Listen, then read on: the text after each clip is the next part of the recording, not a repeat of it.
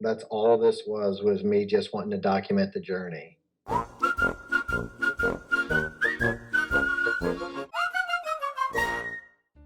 Hola a todos, yo soy Samuel, y para los que no me conocen, estoy aprendiendo español, and today we are actually joined by another Spanish learning gringo, Charlie from Charlie's Spanish Journey. Charlie, thanks for being here with us. How you doing?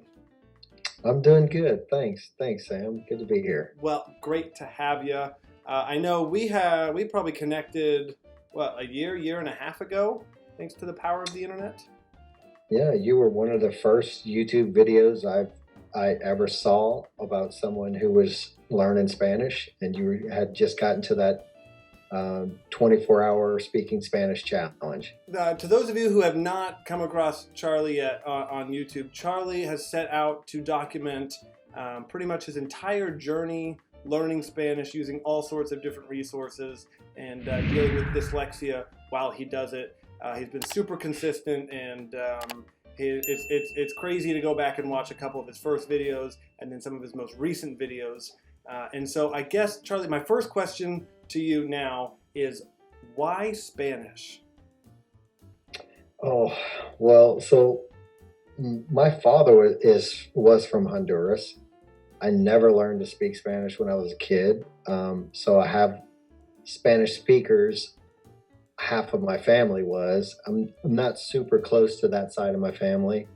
But yeah, I've always wanted to and never did. And my wife speaks Spanish. I've been learning for almost, oh, good. I'm at 20 months now. And only within the last couple of months am I even starting to speak with my wife. I can have an hour-long conversation on italki, and that's still not enough to have a real life conversation with someone like a spouse. Okay, so you were raised not bilingual, but in a situation where Yeah. any day, I mean, were you exposed to Spanish pretty regularly as a kid? No, only on like Christmas, and really that's pretty much it. So yeah, my parents split up when I was really little. Okay. And so, no, I wasn't super close to my dad's side. Um, but you would see him on holidays and stuff. Not enough to learn a language, 4 or 5 days a year. Right. So you had occasional you have a lifetime of occasional opportunity in Spanish, and then Yeah. for the last 18 years you have a Spanish speaking wife. But only 20 months ago you decided to really buckle down in Spanish, and you decided to document it. What is the reason? Why did you decide to jump out there and post your journey for strangers all over the internet to see? You know, I didn't really think about it. Yeah, honestly, it was probably more of a wanting to share it with the Spanish speakers who are in my family, that hey, I'm trying to learn Spanish. And at first that's all it was, and not really even thinking about other people who might be wanting to learn Spanish, or listen to someone else learning, whatever level they're at. They might listen to a full italki lesson Hmm. or something like that. Yeah, no, I did not think it through. But now that so you didn't really plan on this, but now that you have what, just over 50 videos, I think, and you're doing all sorts. It's all related to learning Spanish, but you're playing Fortnite with strangers. You're in video, or you're in Yeah, virtual VR reality chat. yeah, VR chat, and you're on italki lessons, and you're doing like italki homework. I mean, you've got to be glad you did it right. You've seen a lot of people can relate to the struggle. Yes, and I have a lot of things too that I never started recording videos or posting anything until I was in it about 6 months. Before that, just with my phone, like driving or something like that, I'd set my phone up and talk to myself while I was driving. And I just listened to one of my first videos like a couple of weeks ago, and it was horrible. It's about 10 minutes long. I never posted it. It's But that's so important. That's so good, because like in the day to day, I mean, the difference between like if you have a 90-day streak on Duolingo versus a 136-day streak on Duolingo. In the moment, it doesn't feel like anything's improved, right? Like you're still messing up with Right. silly little nuances here and there, and or sometimes it starts to feel like you're going backwards, which is a really scary place to be, where it's like the more you try to learn a theme or a topic, the more you seem to doubt yourself. And so I always tell people it's so important to video record what you're doing, so that maybe today could have been a bad day for you as far as learning goes, and you look back on that and you feel not quite on top of the world, but not all the way down in the dumps either. And I like how on your channel, even in the about section, you're very open about learning with dyslexia. How do you feel like that affects what you do versus what somebody without dyslexia? How do you think your process varies, and what are the pros and cons to that? So the reading and writing process for me I'm a techie. Because I struggle with writing, I have voice to text and use it for everything. Now, that's what I've done in English ever since that was available. That's what I've done. And learning Spanish, it really makes it to where my accent isn't the typical, it's not the typical American accent, because the only things that I've ever written in Spanish have only been from voice to text. So if you're not pronouncing things right, it's not going to write it. So it doesn't, it's actually helped my pronunciation, I think. Not dyslexia, but the techniques I use to get around it have helped my accent. And reading, I still read like a 5-year-old.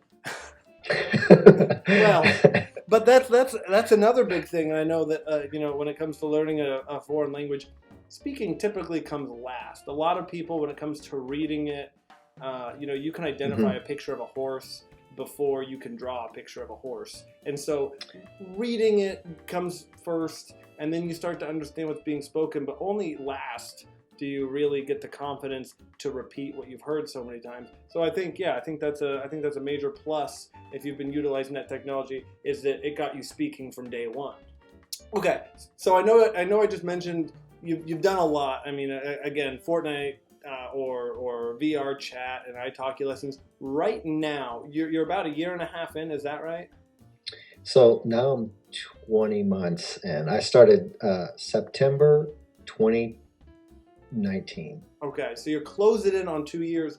What are your primary resources for learning Spanish right now? Like, let's just say on a weekly basis, what are you typically doing? On a weekly basis, well, I do Duolingo every day. That might be controversial. I like Duolingo. For me, I think Duolingo has helped me more as an adult with my dyslexia than anything I've ever done in my life. And I mean that even on the English side. That's awesome. So I still do Duolingo. I also do Duolingo daily as well. So I can stand by that. And I understand some people hate Duolingo, but it's a great place to start, and it's great supplementary. It's a great supplementary course as well. Duolingo and 2 hours a week on italki. An hour, 2 1-hour lessons on italki. One that I almost post every single one. I've had over 85 lessons with Gabriel. Wow. And I don't know, I probably post most of those, just the full lessons. And then I've always had another teacher, but instead of asking everyone whether I can post it or not, I might ask some of them if I can post. I record them initially just so I can listen to them again during the day. Mm-hmm. So I guess that's why I was originally recording them, was for myself to be able to listen, and then I just made them public. Kind of a side tangent, not a question I planned on asking, but I know italki is incredible. How beneficial has it been to find somebody that you can consistently talk with for an hour to 2 hours a week with, and get more comfortable with. Because I've done a number of italki lessons, and yeah, maybe the first 30 minutes or maybe the whole first hour is a bit uncomfortable. You don't really know them, and they don't really know you, and you don't want to make an ass out of yourself, so you go really slow and you stay in your comfort zone. How beneficial has it been to make a consistent italki schedule? That's been incredibly beneficial to me. So italki costs money. It doesn't have to be expensive, but it does cost money. So that's going to be harder for some people. But if you can spend $10 a week for a lesson, then that's going to be more valuable than, for me, anything else that I can do. I can do Duolingo every day, but that 1 hour lesson is going to be more valuable than everything I do on my own that week. And I'm typically I'm actually a really shy person, so it takes me a while to get to know someone and open up. Mm-hmm. And so the one teacher, Gabriel, he was my very first teacher, still my teacher right now. Every week we have a class. That's awesome. And when I wasn't so busy, I was doing two a week with him. That's great. Yeah, I need to do more with italki. I think we're getting there. Especially with my Chinese, I'm working on it. Well, we've got an update coming soon. What advice do you have for everyone who wants to start learning Spanish or continue learning? What kind of any golden nuggets that you can give to keep somebody's head in the game, or any language learning hacks that have really served you well? What do you got for us? Oh, language learning hacks? No. So I guess a tip that I would say would be, and it's because of the dyslexia, it's add the Spanish to your phone so you can actually speak to text in Spanish, and try that. Pero.